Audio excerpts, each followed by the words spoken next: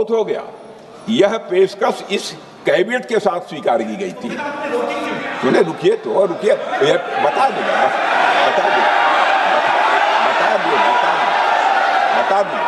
अब बैठ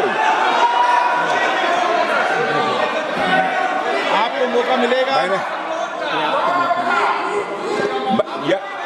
यह क्यों रुका, इसका पहले ही मैं पूरी तरह से वर्णन कर चुका हूं।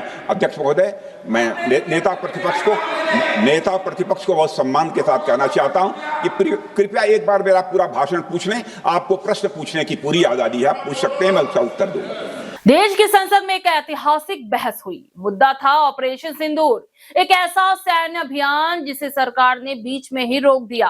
पाकिस्तान घुटनों पर था, सरकार कह रही है कि जीत मिल गई, लेकिन विपक्ष पूछ रहा है अगर जीत रहे थे तो ऑपरेशन क्यों रोका गया, किसके कहने पर रोका गया, क्या अमेरिकी दबाव में ये फैसला लिया गया, और सबसे अहम सवाल, अगर हमला हुआ था, 26 लोग मारे गए थे, तो 100 दिन बीतने के बाद भी वो 5 आतंकी अब तक कहां हैं?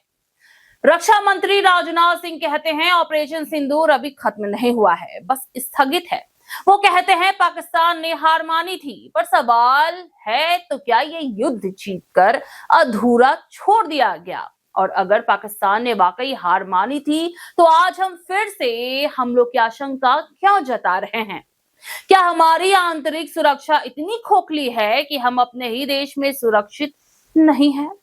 विपक्ष कह रहा है जवाब चाहिए, लेकिन सरकार कह रही है सवाल ही मत कीजिए। राहुल गांधी उस वक्त पहलगाम पहुंचे जब हमले में 26 लोगों की मौतें हुई थी, और प्रधानमंत्री मोदी वो सऊदी अरब से लौटे और फिर सीधा बिहार की चुनावी सभा में चले गए।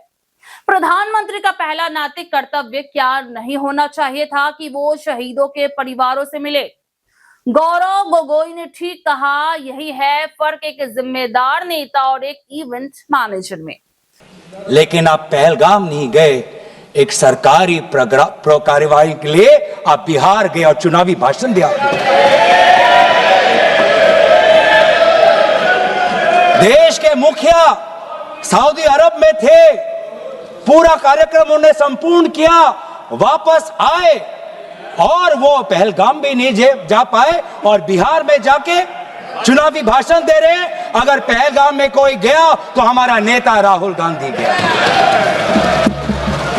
अगर पहलगाम में जो लोगों की मृत्यु हुई उनके लिए अगर शहादत की मांग कोई कर रहा है तो हमारा दल का नेता राहुल गांधी कर रहा है। गृह मंत्री अमित शाह और राष्ट्रीय सुरक्षा सलाहकार अजीत डोभाल की जिम्मेदारी कब तय होगी?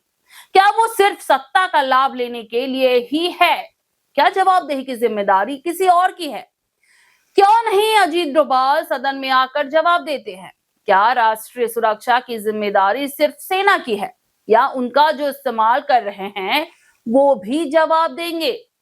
भारतीय defence attache group captain Shiv Kumar का बयान है कि राजनीतिक नेतृत्व की वजह से हम अपने विमानों से कुछ टारगेट्स पर हमला नहीं कर पाए। जिसका मतलब क्या है? क्या हमारे फाइटर जेट्स इसलिए गिरे क्योंकि नेताओं ने उन्हें उड़ने से रोका?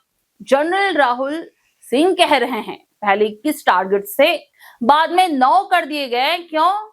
क्या ये सैन्य रणनीति थी या अमेरिकी व्यापारिक दबाव? गौरव गोगोई ने कहा 80% हथियार पाकिस्तान को चीन से मिलते हैं, पर सवाल यह है कि हम पाकिस्तान से लड़ रहे थे या चीन के परोक्ष समर्थन से? क्या सरकार ने कभी चीन का नाम लिया?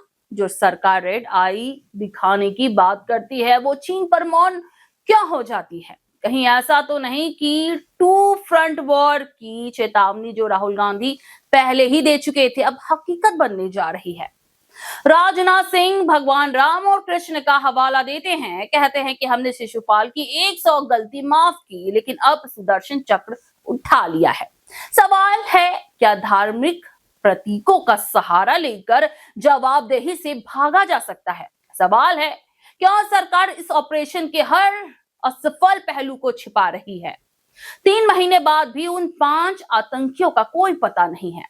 आपके पास पेगासस है, ड्रोन है, सैटेलाइट है, सीआरपीएफ है, बीएसएफ है, सीआईएसएफ भी है। तो फिर क्या कमी रह गई, या फिर कमी राजनीतिक इच्छा शक्ति की है? राजनाथ सिंह कहते हैं सफल रहा ऑपरेशन सिंदूर। तो सवाल ये उठता है, अगर सफल था तो उसे रोका क्यों, और अगर रोका गया तो किन दबावों में? क्या हम अमेरिका के व्यापारिक हितों की कीमत पर अपने राष्ट्रीय हित बेच रहे हैं? रक्षा मंत्री विपक्ष से कहते हैं सवाल पूछना है तो ये पूछो कि ऑपरेशन सफल हुआ या नहीं। यानी अब सरकार सवाल भी खुद तय करेगी और जवाब भी खुद ही देगी। देश ये जानना चाहता है कितने फाइटर जेट्स गिरे, कितने जवान शहीद हुए। सिर्फ तालियां बजवाने के लिए युद्ध नहीं होता, जवाबदेही के लिए भी होता है। आज हमारे जवान भी सच जानना चाहते हैं।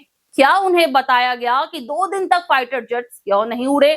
क्या उन्हें बताया गया कि शुरुआती नुकसान क्यों हुआ? अगर हम सेना को सम्मान देते हैं तो उनका सच भी जानने का अधिकार है।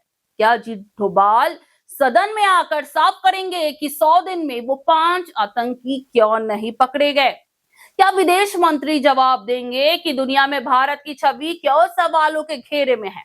और अंत में सवाल आपसे, क्या हम एक सैनिक राष्ट्र बन गए हैं या जवाबदेह लोकतंत्र है? आप इस बारे में क्या राय रखते हैं, हमें कमेंट सेक्शन में जरूर बताएं।